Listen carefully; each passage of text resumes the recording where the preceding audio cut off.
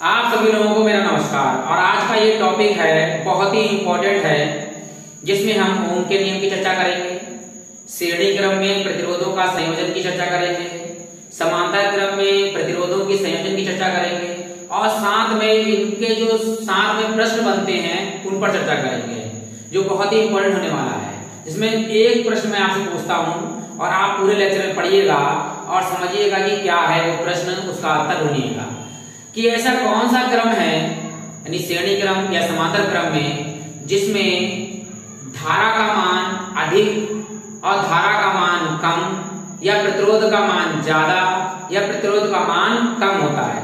चलिए चर्चा करते हैं, हम पढ़ते हैं। देर ना करते हुए टॉपिक शुरू करते हैं। ओम का नियम। ओम्स लॉ किसी धातु के तार में प्रवाहित होने वाली विद्युत धारा I उस तार के सिरों के मध्य उत्पन्न विद्युत विभवांतर V के अनुक्रमणपाती होती है, जबकि तार का ताप निश्चित हो, अर्थात ताप में कोई परिवर्तन ना किया जाए तो V का जो मान है वो समानुपाती होता है I के। और जब भी हम समानुपाती का निशान हटाते हैं तो कोई ना कोई कांस्टेंट वैल्यू लगाते हैं, तो यहां लगेगा आपका V बराबर R इंटू I। क्लियर हो गया। अब इसकी दूसरी परिभाषा भी है, जिसके अनुसार हम अगला वाला टॉपिक मतलब आगे इसके सॉल्व करेंगे। क्या लिखा है, यदि ये परिभाषा ना याद करें तो कौन सी करेंगे। जब किसी चालक का ताप तथा अन्य भौतिक अवस्थाएं जैसे लंबाई, क्षेत्रफल आदि में कोई परिवर्तन ना हो तो उसके सिरों पर लगाए गए विभवांतर V व उसमें बहने वाली धारा I का जो अनुपात है वो नियत रहता है। अर्थात जो ये I है ये गुणे में R के साथ है, ये बटे में आ जाएगा। V अपॉन I बराबर R, जो कह रहा है कि क्या है, नियत है। इसको हम बोलते हैं नियतांक, और इस नियतांक का जो मान है उसे बोलते हैं हम प्रतिरोध। यहाँ R एक नियतांक है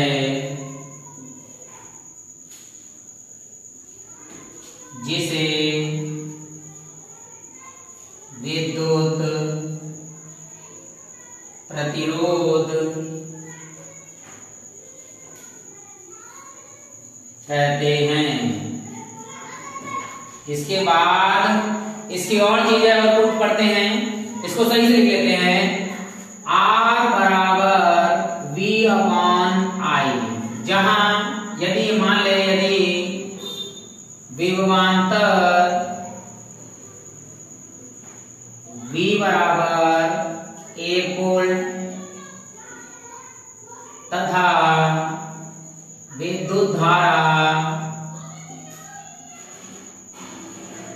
I बराबर 1 एम्पियर। वोल्ट को V से नोट करते हैं, एम्पियर को A से नोट करते हैं। तो R बराबर V की जगह पे लगाएंगे हम 1 वोल्ट 1 V, और I की जगह पे लगाएंगे हम 1 एम्पियर। तो 1 वोल्ट बटे 1 एम्पियर बराबर होता है 1 ओम, जिसे हम किस निशान से नोट करते हैं, इस निशान का नाम है ओमेगा। ठीक, इसी को ओम का नियम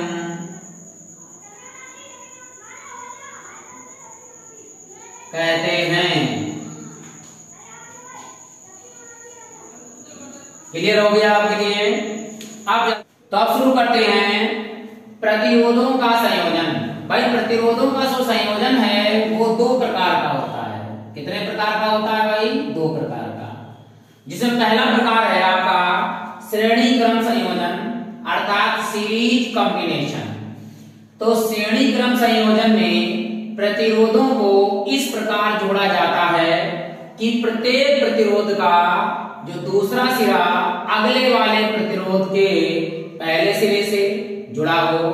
इस प्रकार के संयोजन में सभी प्रतिरोधों को एक समान धारा प्रवाहित होती है। भाई धारा कैसी है आपकी? एक समान। अब चित्र बनाते हैं हम इसके लिए। देखिए मान लीजिए हमने 3 प्रतिरोध लिए हैं यहाँ पे। कितने प्रतिरोध? 3। पहला, दूसरा और तीसरा। देखिए पहला मान लिया हमने ये ए से लेकर बी तक लिया, तो परिभाषा के अनुसार देखिए पहले वाले प्रतिरोध का दूसरा सिरा दूसरे वाले प्रतिरोध के पहले सिरे से मिल रहा है। अब ये अगला वाले का सिरा दूसरा वाला मान लीजिए सी वाला इस वाले के प्रतिरोध के पहले सिरे में मिला है। इस प्रकार हमने 3 प्रतिरोध लिए हैं और यहां इसमें हमने बैटरी जोड़ दी है।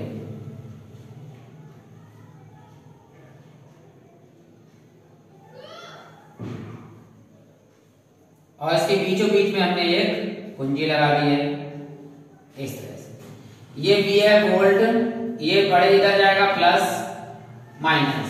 धारा प्लस की तरफ से जाती है तो यहां से धारा जा रही है आई, यहां धारा जाएगी आपकी आई। क्योंकि एक ही तार है तो धारा का मान सदैव एक समान रहेगा, इधर से इधर जाती रहेगी और यहाँ वापस आएगी, तब भी धारा का मान आई रहेगा। क्योंकि श्रेणी क्रम में धारा का मान एक समान रहता है क्योंकि एक ही तार होता है। भाई प्रतिरोध आपका इसमें ले लिया हमने R1, तो इसमें विभवांतर होगा आपका V1 यहां से लेकर यहां तक। ये काम यहां हो गया, यहां से लेकर यहां तक। अब ये प्रतिरोध दूसरा है तो इसे लिखेंगे हम R2, प्रतिरोध यहां से लेकर यहां तक, तो इसमें विभवांतर होगा V1 यहां से लेकर यहां तक। ठीक इसी प्रकार से ये प्रतिरोध होगा आपका R3 यहां से लेकर यहां तक। इसी प्रकार इसमें विभवांतर होगा V3 यहां से लेकर यहां तक। और ये विभवांतर V जो है इसका मान इन तीनों विभवांतरों के योगफल के बराबर होगा, अर्थात कुल विभवांतर V1 plus V2 plus V3 बराबर कुल विभवांतर V हो जाएगा यहाँ पर। ठीक टोटल यहां से लेकर पूरा यहां तक। क्लियर हो गया आपका? अब डेरिवेशन शुरू करते हैं कि जो ओम का नियम है आपने अभी पढ़ा था ओम का नियम, तो ओम के नियम से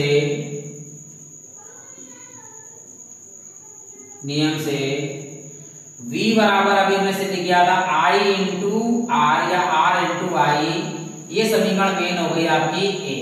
क्लियर? अब इसी प्रकार पहले वाले प्रतिरोध के लिए क्या होगा? V1 बराबर धारा एक समान है I इंटू R1, समीकरण नंबर 1। फिर विभवांतर V2 के लिए देखिए प्रतिरोध है क्या? V2 बराबर I इंटू R2, समीकरण नंबर 2। अगले वाले के लिए V3 बराबर I इंटू R3, समीकरण हो गया आपका ये 3। समीकरण 1, 2 और 3 को जोड़ लीजिए, तो यहां लिखेंगे हम समीकरण 1, 2 व 3 को जोड़ने पर। चलिए भाई जोड़ते हैं, इधर जोड़ेंगे बेटा V1 plus V2 plus V3, V1 plus V2 plus V3 बराबर में देखिए IR1 plus IR2 plus IR3। इन तीनों में आपका I कॉमन आ रहा है और यहाँ इन तीनों का योगफल हमने क्या लिया? देखिए पूरे बैटरी का जो विभवांतर है वो कैपिटल V है, V1 plus V2 plus V3 बराबर V। यहाँ लगा दीजिए V बराबर, इनमें से I कॉमन ले लीजिए तो ये बचेगा क्या? R1 plus R2 plus R3। अब जो इस V का जो मान है वो समीकरण 1 में है। देखिए क्या है A में समीकरण में? V बराबर I इंटू R, तो ये I V की जगह पर आएगा I इंटू R बराबर I इंटू ब्रैकेट में R1 plus R2 plus R3। हमने I से I क्या कर दिया? कैंसिल। तो जो प्रतिरोध हुआ ये कुल प्रतिरोध, यानी इस पूरे जो परिपथ का जो कुल प्रतिरोध है या कुल प्रतिरोध है, इसे हम बोल सकते हैं अतः तुल्य या कुल प्रतिरोध R बराबर जो है वो इन सभी प्रतिरोधों के योगफल के बराबर होगा। अब मान लीजिए ये तो हमने 3 प्रतिरोध लिए हैं, इसी प्रकार मान लीजिए 4 हो, 5 हो, 6 हो, तो प्रतिरोधों की संख्या जो है वो बढ़ती चली जाएगी। मान लीजिए हमने माना प्रतिरोधों की संख्या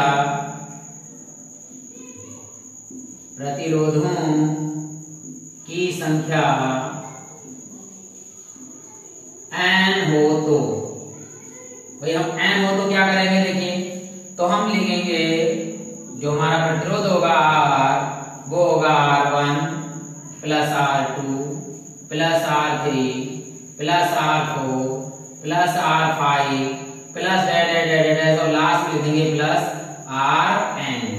मान लीजिए जितने भी प्रतिरोध अब होंगे आपके पास वो ऐसे ही जुड़ते हुए चले जाएंगे। तो ये पहला आपका प्रतिरोधों का संयोजन हो गया है, वो है श्रेणी क्रम में प्रतिरोधों का संयोजन।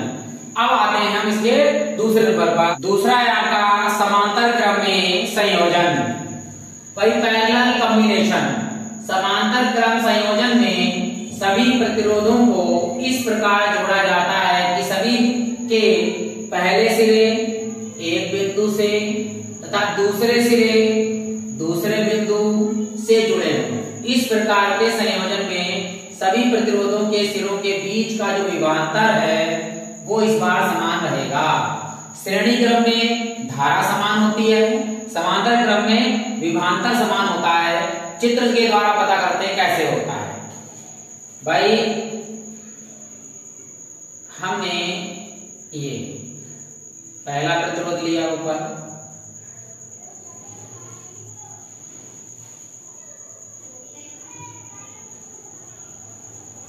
फिर बीच में हमने लिया दूसरा प्रतिरोध, फिर एक नीचे लिया हमने तीसरा प्रतिरोध। ठीक, ये पहला बिंदु है आपका ए, ये दूसरा बिंदु है आपका बी। अब देखिए तीनों प्रतिरोधों के जो पहला सिरा है वो एक बिंदु अर्थात ए पर जुड़ा हुआ है और प्रतिरोधों का जो दूसरा सिरा है वो दूसरे पर मिला हुआ है। और श्रेणी क्रम में क्या होता है, पहले प्रतिरोध का दूसरा सिरा दूसरे प्रतिरोध के पहले सिरे पे, फिर दूसरे प्रतिरोध का दूसरा सिरा पहले प्रतिरोध के पहले सिरे पर, इस तरह से जुड़ा हुआ होता है। तो वही प्रतिरोध है इसमें आपका R1 ये हो गया, ये हो गया आपका R2 प्रतिरोध, ये हो गया आपका R3 प्रतिरोध। भाई बैटरी देखिए जो यहाँ पर बैटरी हमने लगाई है इसके लिए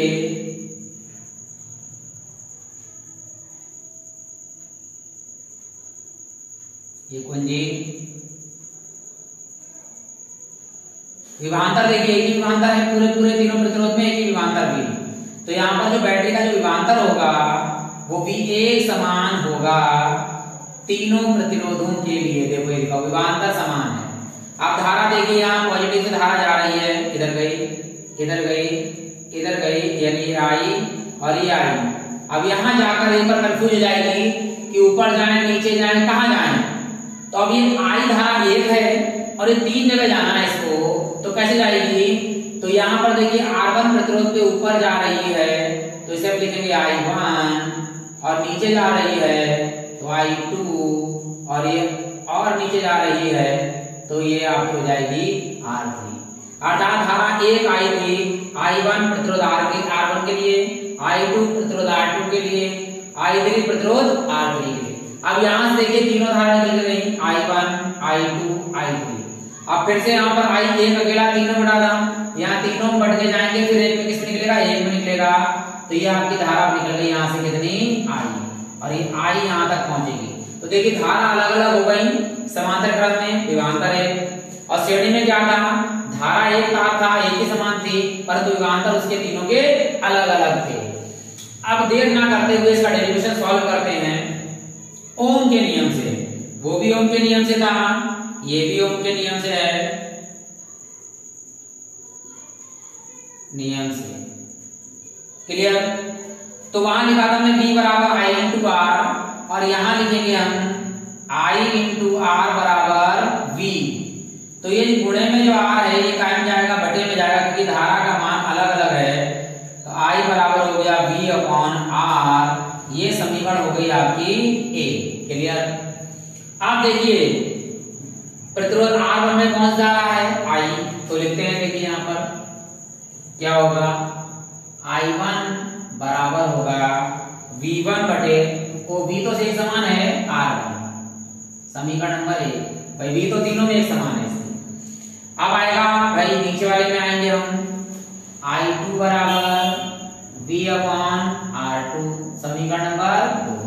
फिर अगले नीचे वाले में आएंगे I3 बराबर V अपॉन R3, समीकरण होगा 3। भाई जैसे पिछले वाले में किया था वैसे इसमें तीनों समीकरणों को जोड़ दीजिए। समीकरण 1 2 व 3 को जोड़ने पर चलिए जोड़ते हैं I1 plus I2 plus I3 बराबर V बटे R1 प्लस V बटे R2 प्लस V बटे R3। इन तीनों में ऊपर देखो V का मान आ रहा है और जरा देखिए ये तीनों I का मान अगर हम देखिए I1 plus I2 plus I3, यहाँ पर I था यहाँ पर भी क्या है I, तो यहाँ पर हम मान सकते हैं कि I1 plus I2 plus I3 बराबर I, मतलब परिपथ की कुल धारा, इसे हम बोलते हैं परिपथ की कुल धारा, अर्थात पूरे परिपथ में जो धारा बह रही है वो तीनों धाराओं का योगफल I है। तो यहाँ I1 plus I2 plus I3 की जगह पर हम लिख सकते हैं I बराबर ऊपर से B का मान आ रहा है, ले लीजिए तो बचेगा 1 upon R1 plus 1 upon R2 plus 1 upon R3। अब देखिए I का मान जो हमारे पास ओम के नियम से है समीकरण 1 में, वो क्या है I बराबर V अपॉन R, लगा दीजिए V अपॉन R बराबर V equal to 1 upon R1 plus 1 upon R2 plus 1 upon R3। तो भाई V से V क्या हो गया, कैंसिल, ऊपर बचेगा ये। तो इसमें जो प्रतिरोध आएगा समांतर क्रम में वो आएगा 1 अपॉन R बराबर 1 upon R1 plus 1 upon R2 plus 1 upon R3। श्रेणी क्रम में जुड़ते हैं, समांतर क्रम में उल्टे जुड़ते हैं, व्युत्क्रम, सबका व्युत्क्रम कर देंगे उल्टा उल्टा और सभी का प्रतिरोधों का योगफल हो जाएगा। मान लीजिए जैसे उसमें किया था वैसे इसमें प्रतिरोधों की संख्या बढ़ा दी जाए 4 5 6, हमने मान लिया यदि प्रतिरोधों की संख्या n है, प्रतिरोधों की संख्या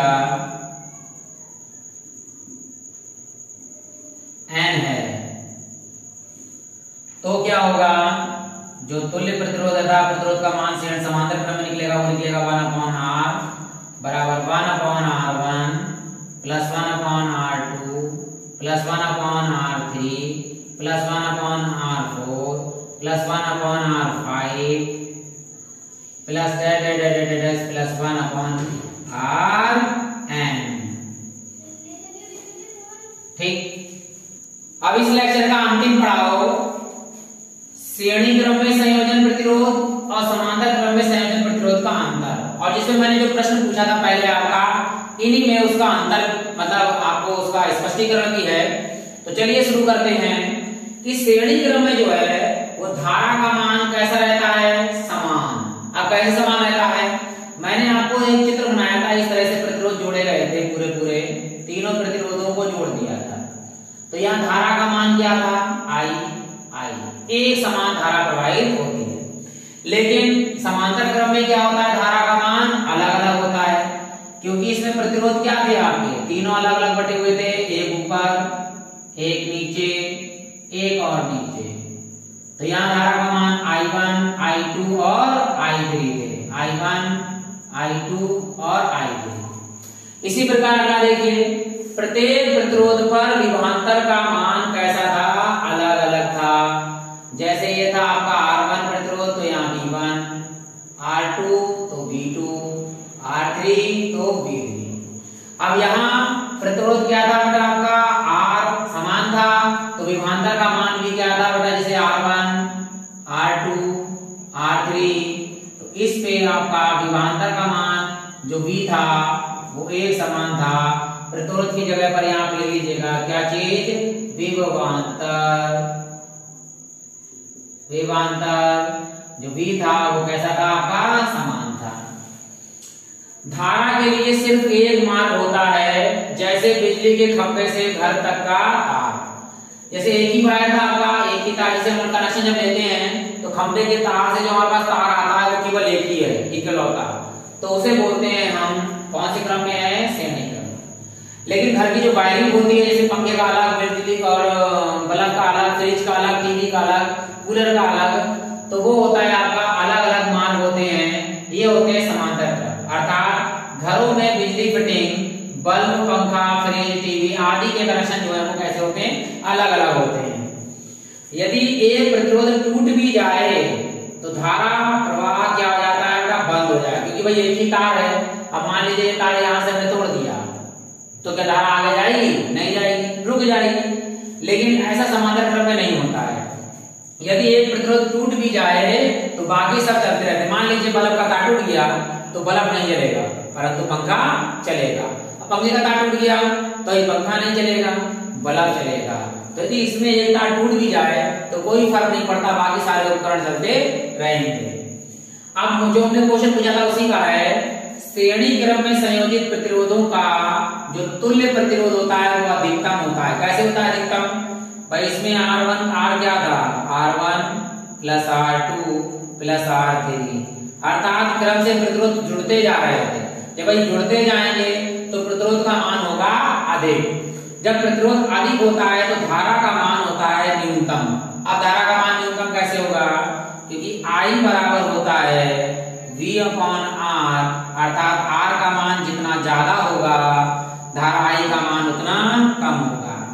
प्रतिरोध का मान जितना कम होगा उतना धारा का मान बढ़ेगा, उल्टा होगा भाई। अब समांतर क्रम में आ जाएगी इसी प्रकार से। समांतर क्रम में संयोजित प्रतिरोध का तुल्य प्रतिरोध क्या होता है, न्यूनतम। अब न्यूनतम कैसे होता है भाई, 1/R बराबर होता है 1/R1 plus 1/R2 plus 1/R3। भाई बटे में हो रहा है। मान लीजिए इसका मान 2 है तो आधा हो गया भाई प्रतिरोध, इसका मान मान लीजिए 3 है तो और तिहाई हो गया, इसका मान 4 है और प्रतिरोध कम होता चला जा रहा है। जब प्रतिरोध कम होता चला जा रहा है तो समांतर क्रम में प्रतिरोध होगा न्यूनतम और धारा का मान होगा अधिकतम, क्योंकि फार्मूला आप जानते हैं कि I जो I का मान है वो R का उल्टा होता है। R का मान कम तो धारा का मान ज्यादा। क्लियर हो गया। तो ये आपके बहुविकल्पी प्रश्न हैं, आपके इनमें से आ सकता है। अंतर हो गए हैं तो आपका स्पष्टीकरण मुझे लगता है हो चुका होगा। यदि आपको मेरा चैनल समझ में आया हो, मेरा लेक्चर समझ में आया हो तो मेरे चैनल को सब्सक्राइब कीजिए, लाइक कीजिए और हो सके तो शेयर कीजिए। आप सभी लोगों का धन्यवाद।